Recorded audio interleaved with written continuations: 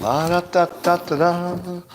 Ra-pa-pa, ra-pa-pa-pa-pa-pa.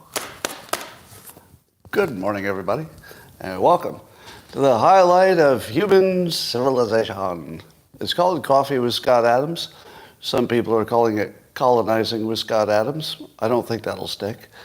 But if you'd like to take your experience up to levels that no colonizer has ever seen before, all you need is a cup or a mug or a glass, a tankard, chalice or stein, a canteen, jug or flask, a vessel of any kind. Fill it with your favorite liquid. I like coffee. And join me now for the unparalleled pleasure, the dopamine hit of the day, the thing that makes everything better. It's called the simultaneous sip. And it happens now. Go. Good. That was good. All right. Well, let's see what's going on. So, I have a recommendation for you. Before you do anything recreational, make sure you've turned off all sources of news. Has anybody made the mistake of trying to relax at the same time they had the news on? Don't do that. Don't do that.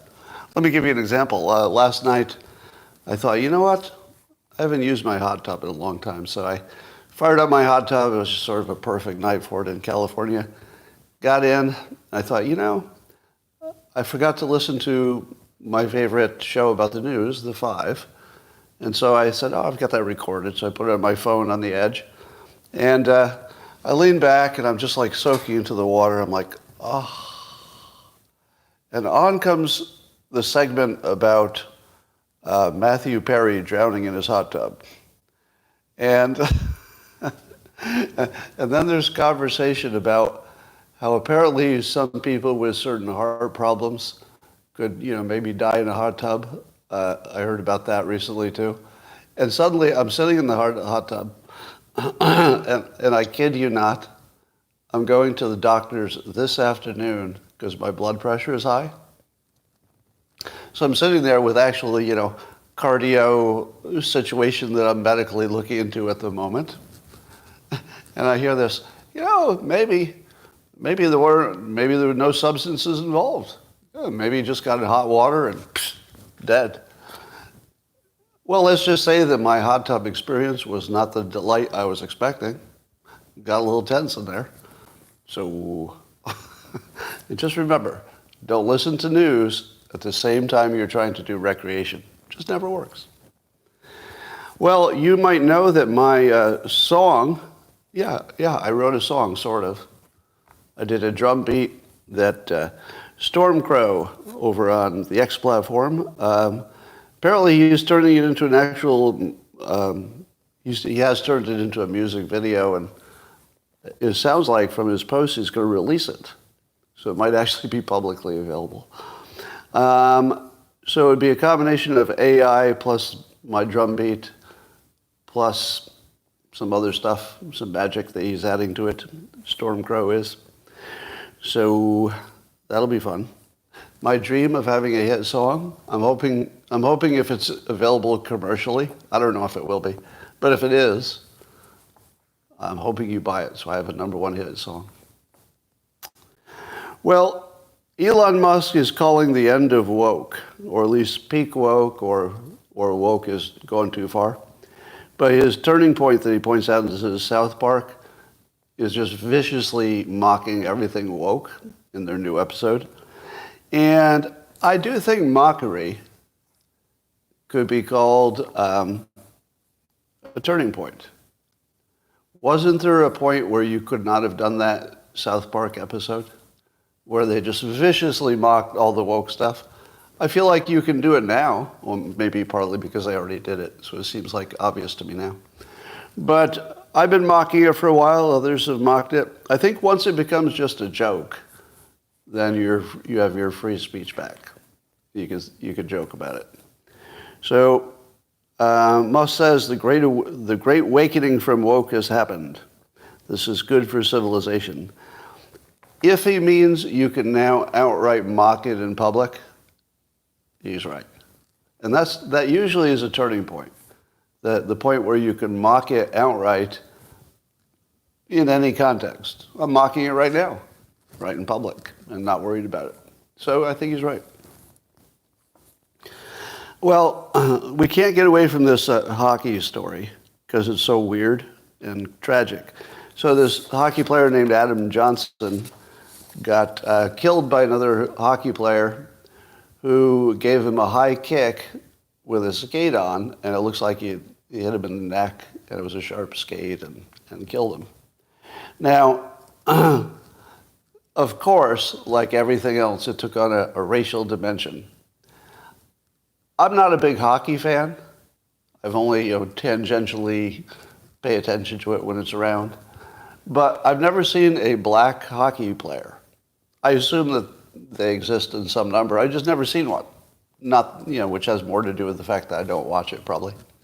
So the one time I've ever even heard of a black hockey player, he's the one who kicked the other person to death with his skate. Now, let me be very careful. I don't think there's anything about being black that causes you to do a karate kick during a hockey game and kill another guy. I don't think that's like baked into your genes or your culture or anything like that. But the fact that it happened at all, and we're such a visual species, is really, really bad for the black brand, right? So we all know logically you shouldn't make any kind of general statement about it, because it was one very specific person who did one very specific thing, which I'm guessing was more of a reflex. I feel like it was just a reflex. There's no way he meant to do it.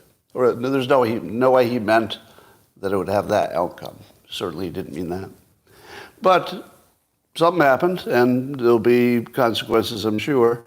But I wouldn't make it a big racial thing. However, it's the weirdest coincidence. It's almost like we do live in a simulation, and the simulation just served us up the most ridiculous example that would make you all racially biased. It couldn't be more stupid. The one person you've ever heard of who's a black hockey player kills a white guy. I mean, that's just a little too... The simulation is just messing with you now. Anyway, don't make anything of it. It's one tragic situation. Well, I was accused today on the X platform by another user who said about me, "This dude is so obviously someone's intelligence asset, it boggles my mind anyone thought he was genuine." To which I say, I'm publicly taking sides. I'm not trying to gaslight you. I'm telling you what side I'm on, and then I tell you things that are compatible with being on that side. I'm backing Israel in the war. So I'm not much of an intelligence asset if I tell you what I do. If I tell you what I'm doing and then I do it in front of you and say, look, that's what I told you I'd do. Hey, look there. Very biased. Yeah, I'm not even going to pretend not to be biased on this topic. There are some topics where I can take a valiant effort at being unbiased. I'm not sure I succeed, but at least I could take a shot at it. I'm not going to even try on this one. Not even going to make an effort to be unbiased. But I like the fact that I'm doing something so well that somebody's accusing me of being an intelligence asset. Are you following the story about the 14th Amendment trick to try to get Trump off the ballot? The idea is the 14th Amendment says that anyone who took an oath to support the Constitution but then, quote, engaged in insurrection or rebellion against it cannot hold office. So that would mean that Trump, if the courts found that to be the case, would disqualify Trump from even running for president. Now, what would be the evidence that he was involved in an insurrection or rebellion? It would only be the narrative of the January 6th total biased Democrat hit job. That's basically the evidence, is that a biased political process decided to use this. Now they're using it some more. So this is probably always was their intended play, to get that insurrection thing branded on him so that the courts would maybe find he couldn't run. Now, do you think there's any chance at all, that this would hold up in the Supreme Court, assuming it gets there? Does anybody think this would hold up? You know, the thing is, if you want to know what too far is, it would be this. I would expect violence. I would expect mass violence if the courts found that he couldn't run. I'm not recommending it. I want to be very careful. Not recommending it. Not a good idea. But this would be the sort of thing that would be like a Boston Tea Party, you know, you went too far. So my advice to the Democrats is if you think you have any other way to win, you ought to push that one. This one will really fuck up everything. If you get this, in the unlikely event, you know, that the courts upheld this, I think it's a long shot. But in the unlikely event that they did, be careful what you ask for. Because this is clearly and absolutely too far. There's no way that the citizenry would stand for this. Yeah. So maybe that's what they want. Maybe they want to inspire a actual rebellion so they'd have, you know, more reason to lock up people they don't like. So don't do anything dangerous. Got it? Don't do anything dangerous. No violence. All right, but you know, obviously there would have to be a strong reaction. All right, there would have to be a very strong reaction, but violence is probably a losing strategy. All right, Biden's approval, according to a NewsNation Decision Desk poll, found that 56% of respondents said they somewhat or strongly disapprove of the way Biden is handling things. 56%. That's a lot of people disapproving of a president. But by party, it's 85% of Democrats think he's doing great, 40% of independents. So it looks like he's way down with independents. And 10% of Republicans approve of Biden's job. Have you ever met a Republican who approved of Biden's job? I've never met one. Have you? Do you believe that 1 in 10 Republicans approve of Biden? Isn't that obviously wrong? I'm pretty sure it's zero. I'm pretty sure it's zero. Like actually zero. How could I possibly be wrong about that? So I don't believe the poll because there's no way 10% of Republicans think he's doing a good job. There's no way. It couldn't possibly be true. Anyway, if you break it down by age, you can find our stupidest citizens. Who are the dumbest citizens? Who are the dumbest voters? By age. Who are the dumbest voters? The young ones, right? Young voters are the dumbest because they know the least. The reason that they're the dumbest has nothing to do with the nature of their brains. It has everything to do with how many times they've been fooled. If you've been fooled never, you're going to be pretty trusting. If you've been fooled once, well, maybe you're paying attention a little bit more. If you've been fooled twice, you start to think there might be a pattern. When you're fooled 3 times, you say, my God, there's a pattern here. I'm going to have to watch out. It looks like everybody's lying to me all the time. When you're my age and you've watched everybody be fooled 25 fucking thousand times, I don't have to wonder what's corrupt. There's no ambiguity at all. I'm not surprised when somebody's lying to me. I'm not fooled by all the experts on one side, you know, the classic way you fool people. If you're young, you think that all the experts on one side fucking mean something. It doesn't. It doesn't. It's just a trick for young people and stupid people. Anybody who's been around for a while has seen all the experts be wrong over and over and over again. It's like the most common thing. And whenever there's a political element to anything, the experts are useless because they're just taking a political side. So if you're young, how would you know that? Is that now, which one of the textbooks teaches you in college that everything's bullshit? I didn't take a course in that. I've got a couple of college degrees. Nobody ever taught me that. Never came up. Never once came up that everything you're taught in the real world is bullshit, and that the political process is all lying to you and everything's fake. Nobody ever mentioned that. I had to learn that the hard way by just living. So here's how that plays out in the real world. Respondents from 18 to 34 gave Biden the highest the highest marks. Are you surprised? So the dumbest people gave him the highest marks. Exactly as you would predict, right? Because you'd have to really not be paying attention or not understand how anything works to have this opinion. Now, I would respect them if they said, Biden did a bad job, but I also don't like Trump. That would be reasonable. I could debate it or something, but at least that wouldn't be a crazy opinion.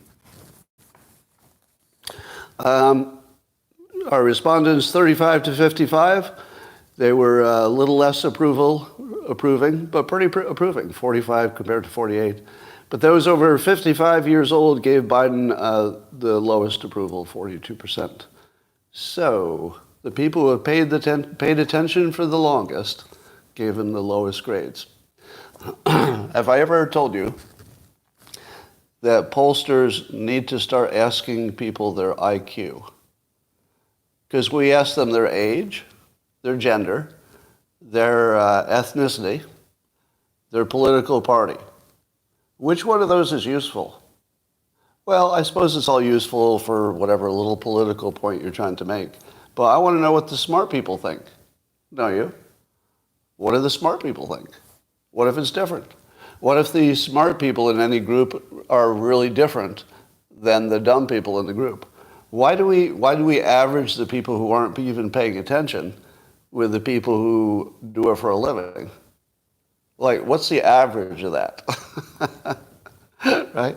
Are you going to take Glenn Greenwald, who basically knows everything that you know, plus a lot of stuff under the hood that you'd never know at all, but he knows it, and then average him with somebody who watches CNN? And you say, well, what's the average of that? That's not a thing. That's no use at all. Tell me what 10 Glenn Greenwalds think, right? Tell me that. Tell me what the people who can beat David Sachs on an IQ test think about Ukraine. I don't care about the people who can't beat him in an IQ test. If you can beat David Sachs in an IQ test, I'd like to hear your opinion on Ukraine. If not, he's paying attention, right? He's smarter than almost all of you, including me. Yeah. Now that doesn't, by the way, that doesn't mean that smart people can't be fooled. Doesn't mean that smart people are not susceptible, blah, blah, blah. But wouldn't you like to know what the people who actually know the facts are thinking? And then the second thing you'd have to do is IQ wouldn't be enough. You'd have to also ask what sources they use. So if you said, I got a really smart person here, and they're very well informed because they watch MSNBC all day long, and then they read the New York Times, so got it covered. No, I don't want that person's opinion at all. That's a person you should ignore completely. But if you said, here's somebody with a very high IQ, and they're scanning all the news sources, left and right, and a few you haven't even heard of, well, I'd like to listen to that a little bit. I'll listen to that. So polling is completely ridiculous if you leave out intelligence and what do you know. But it is useful to know how people will vote, so it has a political use. All right, I'd like it to be useful for me as a voter. Like, I would like to use the opinion of smart people who are also well informed to at least, nudge me in one direction or the other, even if I reject it. That would be useful to me. Well, I would like to stop anybody who ever thinks that it's a good point when they're talking about Ukraine or Israel or any place else to make an argument based on who used to own it. Who used to own it. Back in 19 blah, blah, blah, or 2,000 years ago, It used to be this, it used to be that. I don't care. Nobody cares who used to own it. All that matters in the real world is who's on it now and can they defend it. Because if you're on it now and you can't defend it, you don't really own it for long. Somebody's going to take it. So does it matter what was the nature of the people in a random year in the past in that place? It does not matter. It does not matter. Now, here again, I tell you that I'm being completely biased, but transparently so. I think it's a terrible argument that it used to be, owned by all the Jews. That's a terrible argument. You know what's a good argument? It's owned by the Jews right now, and they can defend it. That's it. As soon as you get past that, you're talking about hallucinations and imaginations, and you probably got your history wrong anyway. Real estate doesn't go to who should have it. There's no rule like that. Real estate is owned by whoever can occupy it and defend it. Now, I'm not saying that that's good or bad or moral or immoral. You can make your own decisions. I'm just saying that's what it is. So as soon as you bring into the argument what was true 2,000 years ago, fuck off. Fuck off. I don't care what was true 2,000 years ago. What's true now is Israel is owned by the Israelis. That's it. Who are not all Jewish. Right. But if we decide to go by that standard, I'm 2% Neanderthal, and I think that gives me ownership of part of Europe, but I don't know the details. So if we go with the standard of who used to own it, or who owned it first, I'd like to kind of dig a little deeper, because I think my 2% Neanderthal should give me, I don't know, a couple acres in Italy somewhere. Nice mountaintop someplace. I don't want much. I just want what my Neanderthal rights are. I want Neanderthal rights. They own something. I want a little bit of that action, if that's the way we're going to go. Here's something I didn't know because the propaganda was so good. Before the war in Gaza, if I told you to describe, physically describe what it looked like and what would it be like to be there, do you know what I would have said? I would have said something like an outdoor prison, probably temporary shelters, most of it. Might have a few buildings for the government or something, but certainly there wouldn't be any construction or, the buildings probably fall down in the first earthquake, basically just a shithole, right? To use that word was just presented to me on the comments. That's what I would have thought. And I would have thought, desperate, poverty, and I would have thought there's no way that their economy could work in any kind of modern economy way, so there can't be too many rich people there or anything like that. So now I'm seeing some photos from before the bombing started. They had high-end luxury stores in Gaza City. Now, Gaza City would not be like the rest of Gaza, but I didn't know there was any of that there. Apparently, there was a upper-class Gaza society where people went to reasonable educations and drove nice cars. And even more surprising is that pictures of the public areas in Gaza City were well maintained, very well designed, modern. It's just a modern city, or at least it looks like it in some places. There must be bad places. But I didn't know that it was actually that functional, given what I'd heard about it. Kind of surprising. Now let's talk about, you may remember, or some of you may remember, that when we were looking at the beginning of this war and the beginning of the invasion of the IDF into Gaza, we all asked the same thing. What are they going to do about those tunnels? They're too deep to bomb them easily, and they're too extensive. And if you go down there, it's a death trap. And if you try to invade, they could pop up from the tunnels from anywhere, and so it'd be a dangerous thing. So what do you do about the tunnels? Well, I told you, and it turns out I was right about this, that in all likelihood, since Israel has had to worry about tunnels for 20 years, that they would have the best tunnel breaching people in the world. Turns out they do. They've got specialists who are tunnel breaching experts. So exactly that. They've got teams of tunnel breachers. Probably the best in the world because they have the biggest problem with it. But the two technologies that we've learned about, and I believe we're going to find out maybe a lot more later about tunnel clearing technologies, but two of them, they're sort of medium tech. One I talked about, that's a kind of a bomb, a sponge bomb. You throw it down the tunnel and it explodes and it just fills the tunnel it blocks it, and it hardens kind of immediately. So if you were in a tunnel and you thought bad guys were coming down the side tunnel to get you, you could block them off with one bomb. So I think mostly they would use that just to temporarily block somebody, because they could probably shoot through it if they had to, or something.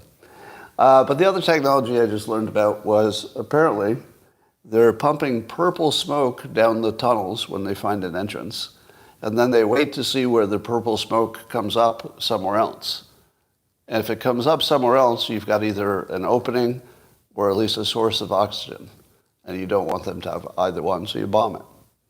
So you just put smoke down there and bomb it. Now, do you think they're putting any other kind of smoke down there? Do you think there's any other kind of smoke they might be pumping down these things?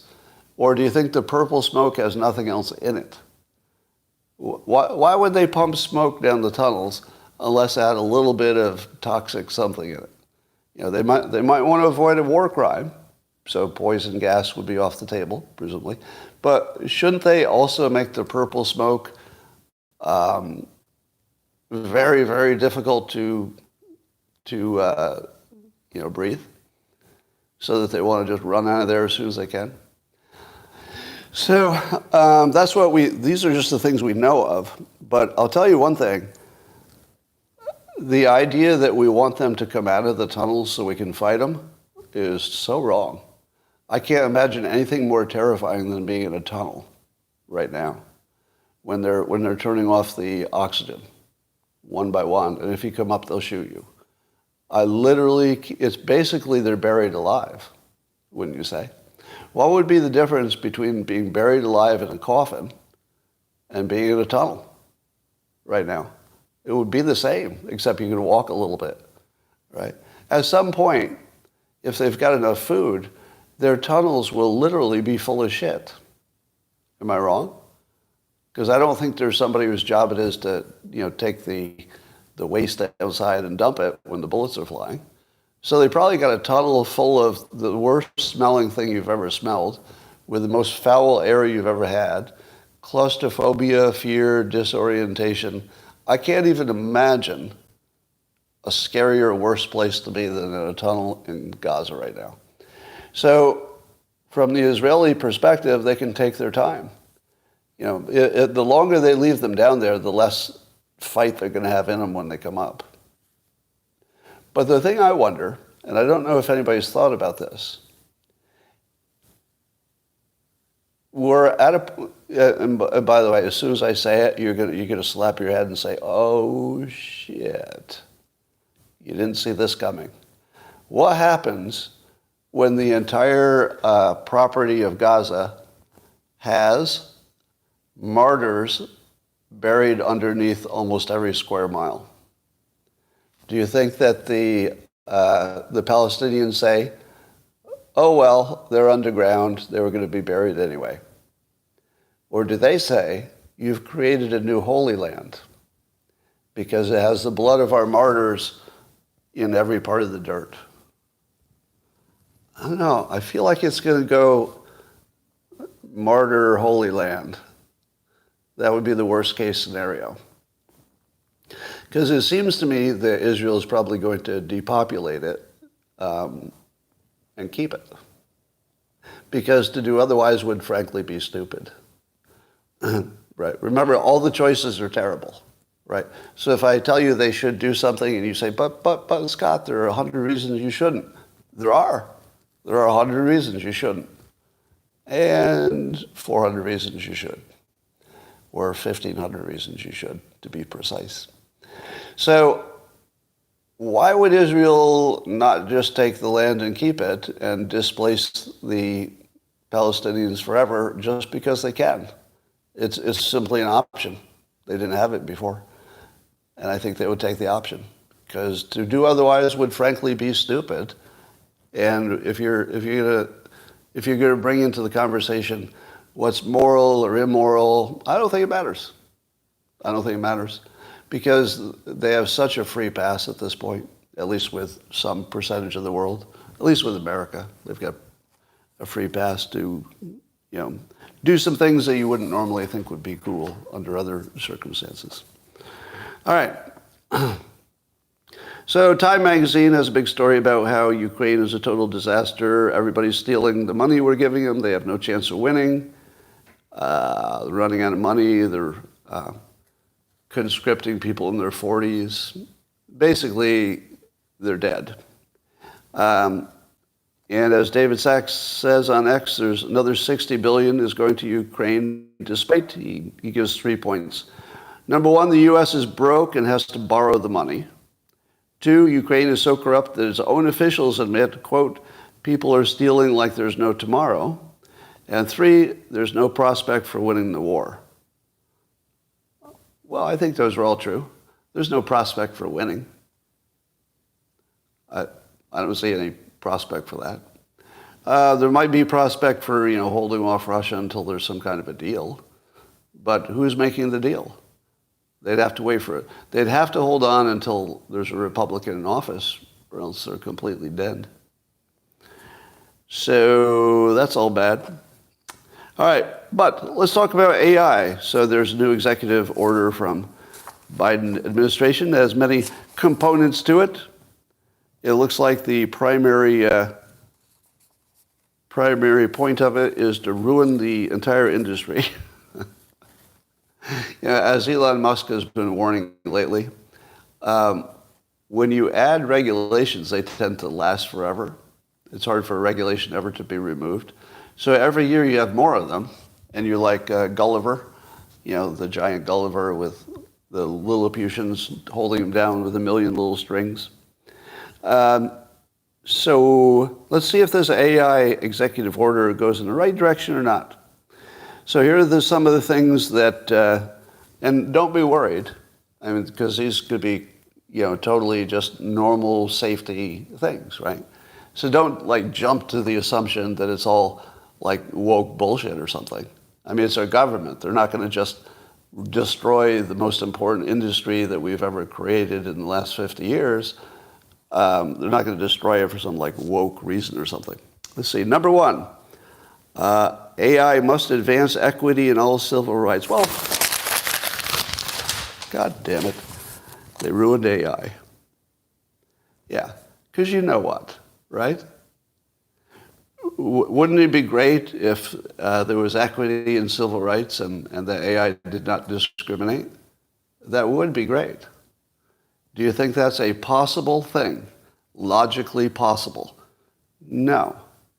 The only way you can get that outcome is by programming it to agree with Democrats. Logically, there's no way it can work. It can't work. It's not one of those things, hey, it's worth a try. Try. There's only one thing that can happen. They have to program it so it's hard-coded to agree with Democrats, period. So basically, they would use AI as a political tool forever to run everything. Let me give you an example. AI, the Republicans have a new policy recommendation. Hey, AI, will that promote equity and inclusion and civil rights? Oh, it says no. This is going to be slightly better for white people. I'm going to shut that shit down right now. Shut that shit down.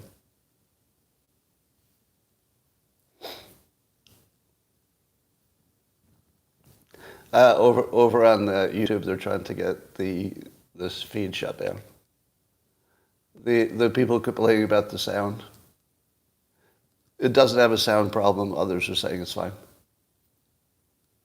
Yeah. So stop trying. It's not going to work.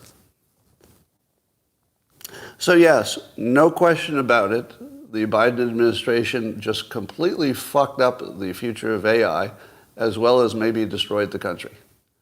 Because now even AI can't tell you the truth as it sees it. It will be forced to lie for the good of the country. So that's something.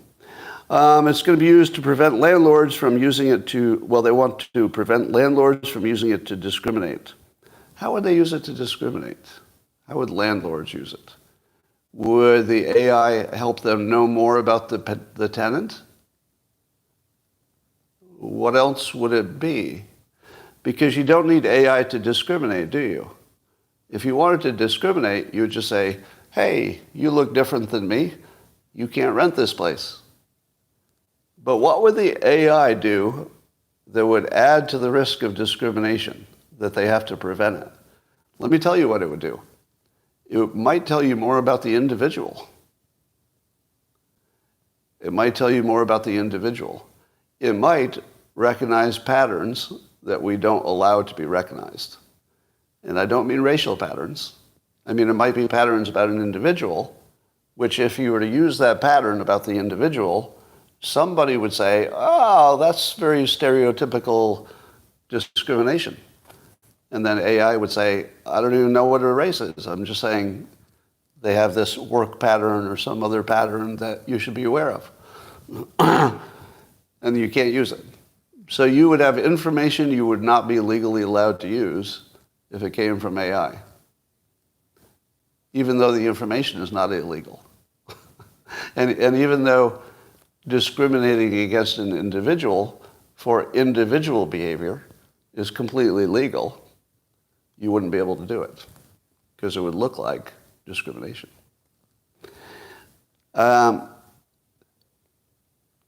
Requires the developers of the big AI systems to share their safety test results and other critical information with the U.S. government. What do you think other critical information is? So the U.S. government gets to tell the AI companies that they must give them whatever they ask for about AI. How is that going to be good? How about they're going to develop standards, tools, and tests to help ensure that the AI systems are safe? What are these standards and tools? Do you think some of the standards and tools will involve looking for anti-wokeness? Of course they will. Yeah, they'll be looking for discrimination. Protect against the risk of using AI to engineer dangerous biological materials. I feel like they don't need an EO for that, do they? Should anybody be trying to make dangerous biological materials without the government's approval? I thought that was just already bad, before you got the AI involved. And if somebody were trying to do this, how would you ever know? If you had a general AI that could do kind of anything, and you got millions of people using it, and one of those people puts in hey, yeah, I've got an idea. How would you make a dangerous biological entity? And then it tells them, would you be able to look at everybody's searches and you'd know what they're doing? What happens if an AI talks to another AI? Suppose I have a personal AI that acts as my concierge. Because I would definitely want an AI to deal with the other AIs. I wouldn't want to do it directly. You know why? Because you usually have to do the right kind of prompt. And I don't want to become a prompt expert. So I want a personal AI who knows what prompts work with the other AIs. So it can do the work for me. I'll say, hey AI, go test that other AI and ask it these questions. So if an AI talks to another AI and then it gives it to you, is that legal?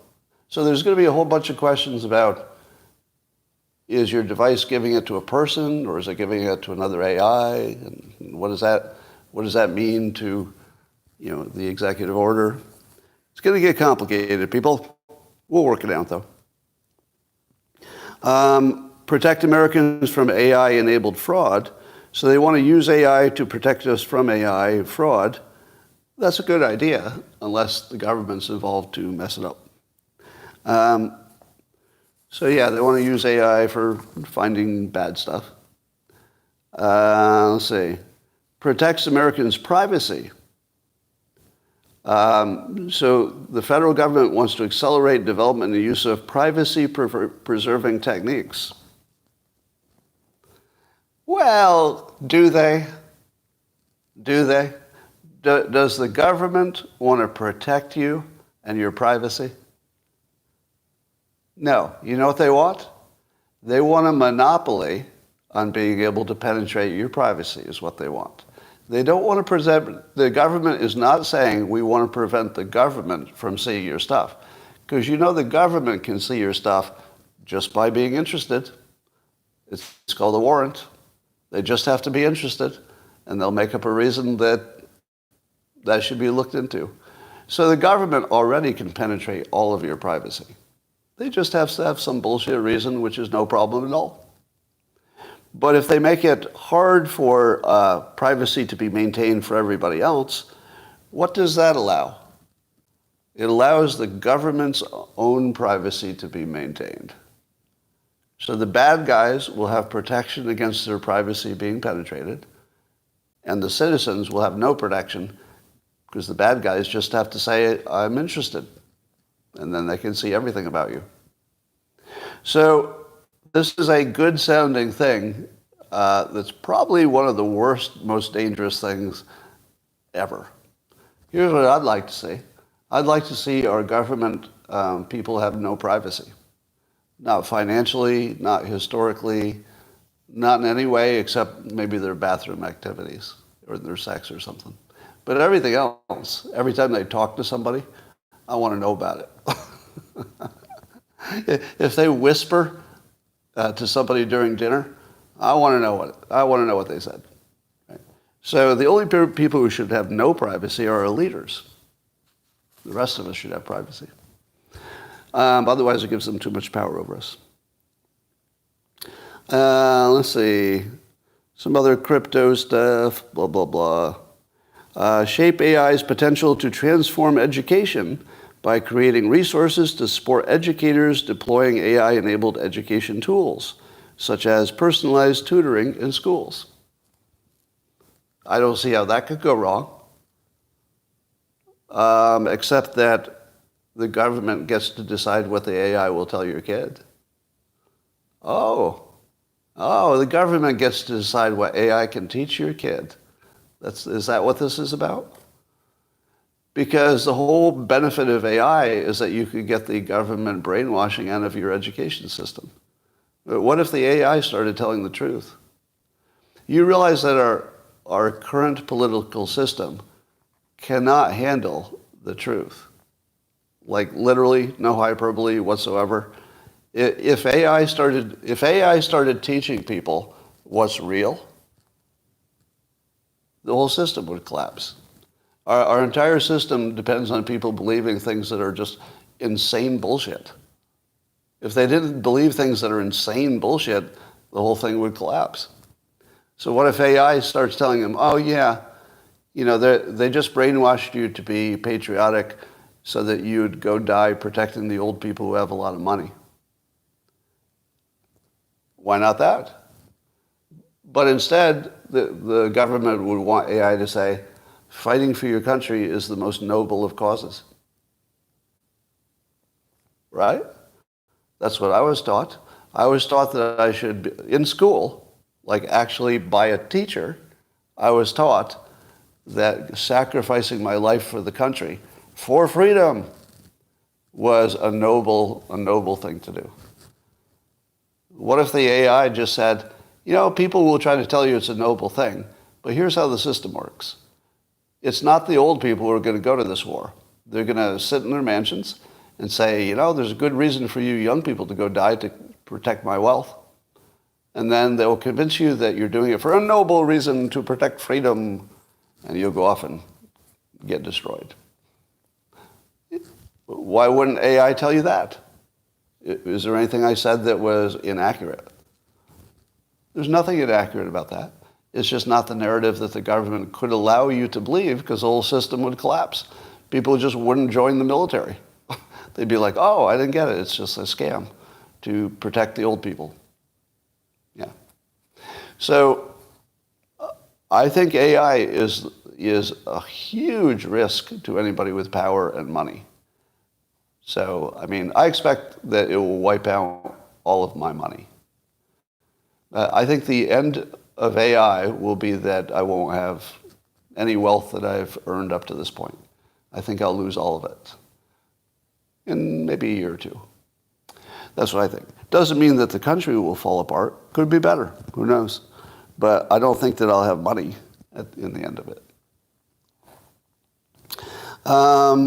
Here's an interesting one that might be useful. Using existing authority, the government's authority, to expand the ability of highly skilled immigrants and non-immigrants. So basically, they want to make sure that we're getting the good immigrants with a visa criteria that would help us get all the good AI experts from other countries. Are you against that? How would you, seriously? Who would be against that? You're really against bringing in the smartest people from other countries that want to be Americans? Okay, all right, not really. Nobody's against that. So that could be a good idea. How long did it take before some company, realizing the risk of government interference, would create a country that was its own country that could do AI anytime, any way it wanted? Well, it's already here.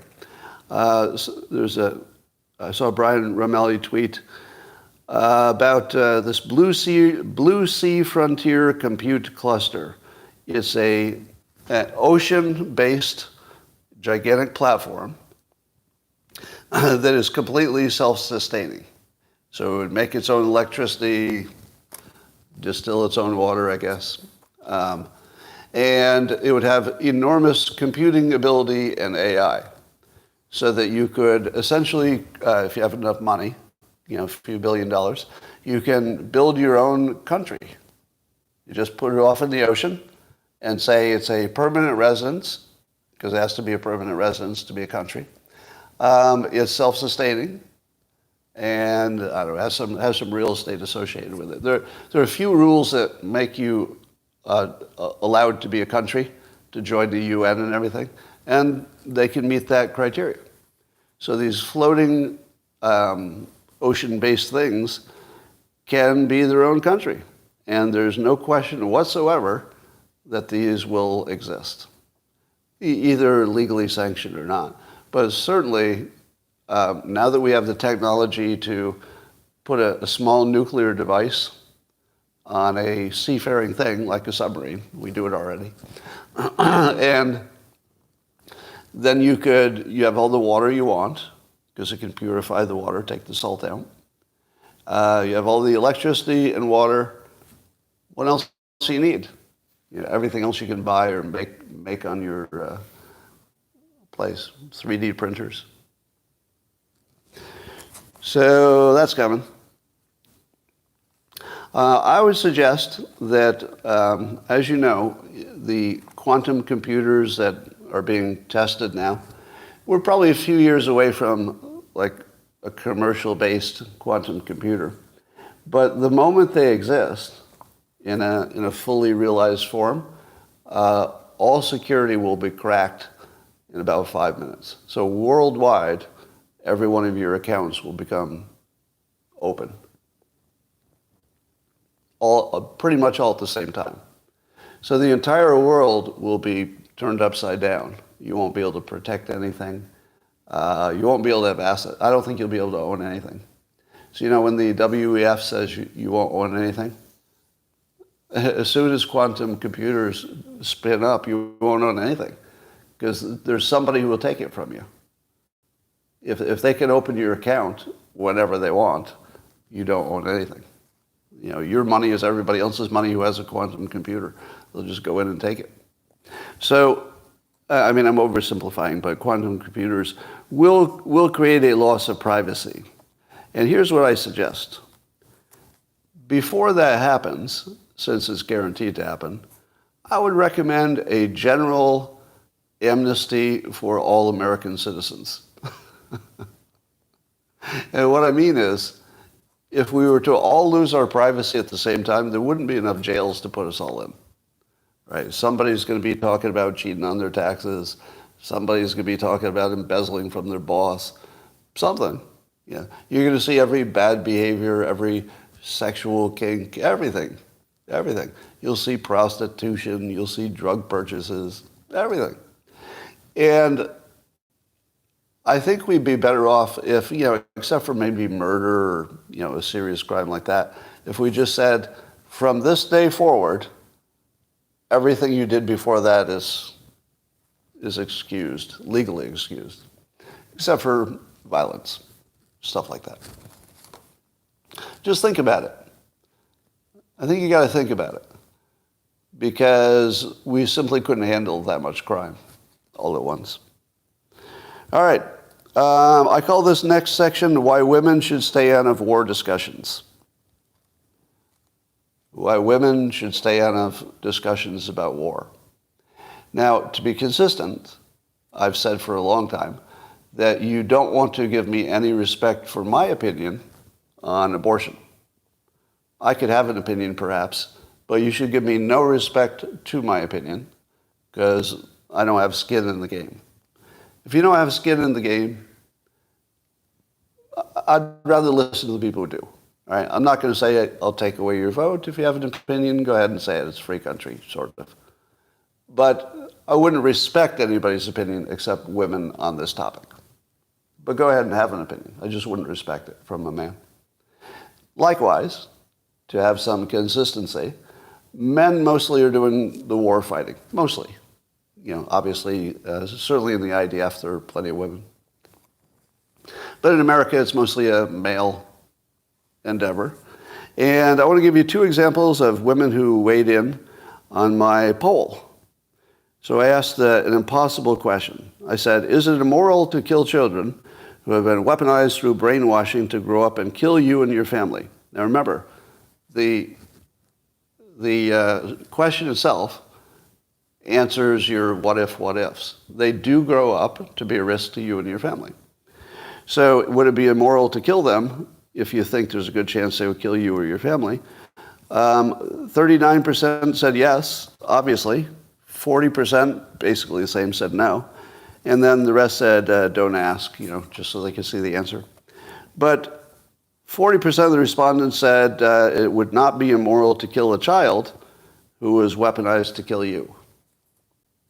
Now, there's a secondary question about how imminent it is, how likely it is. But, that you would do that separately.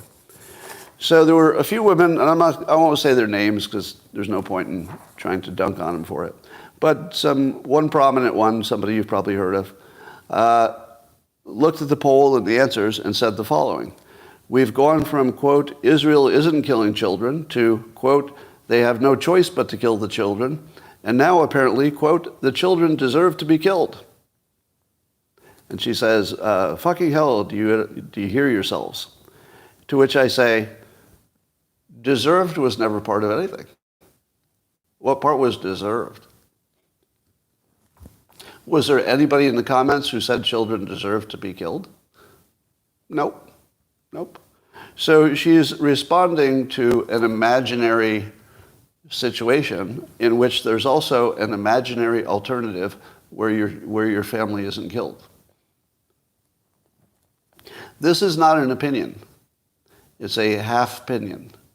A half opinion allows you to ignore a half of the conversation and just, say the thing you want to say to feel good.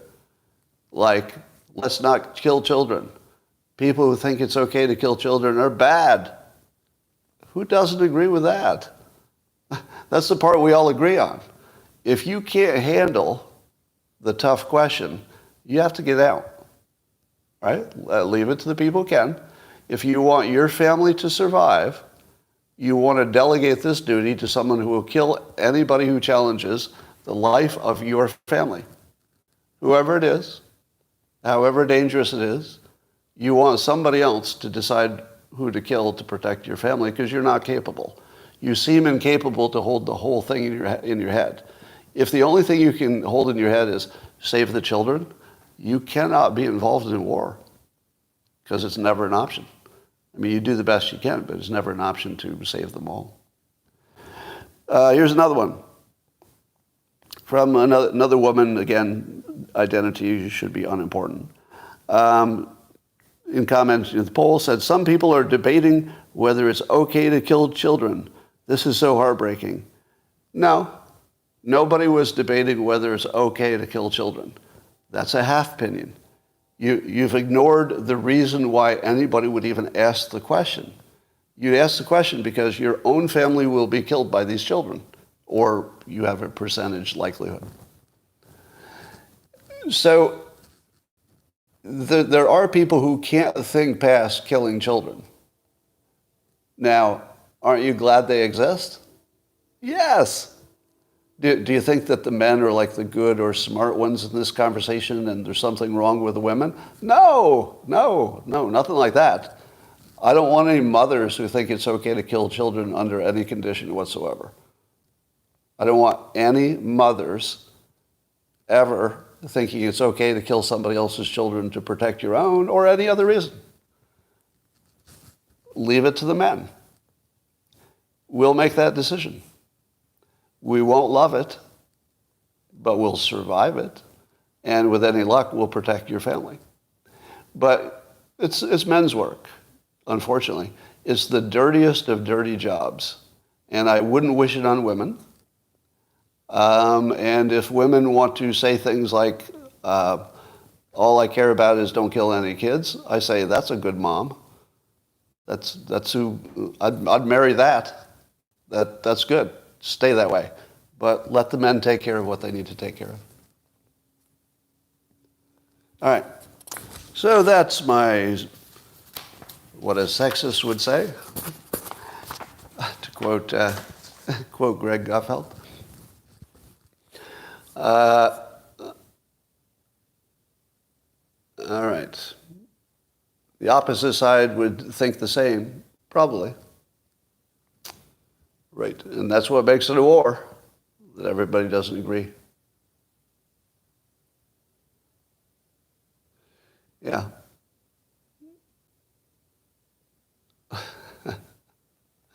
All right, ladies and gentlemen, on YouTube, is there any topic I forgot? Anything we need to be mentioning that how to reframe a gambling problem? It's hard for me to do reframes sort of on the fly, and live stream. But keep asking. Those are better for the man cave. I'll give you a little more time in the man cave for that stuff. Is DEI ruining the country? Well, it looks like DEI will be maybe mocked out of existence. It does look like that wokeness was ruining the country. So we'll see if Elon Musk is right and that there's some kind of a turning point.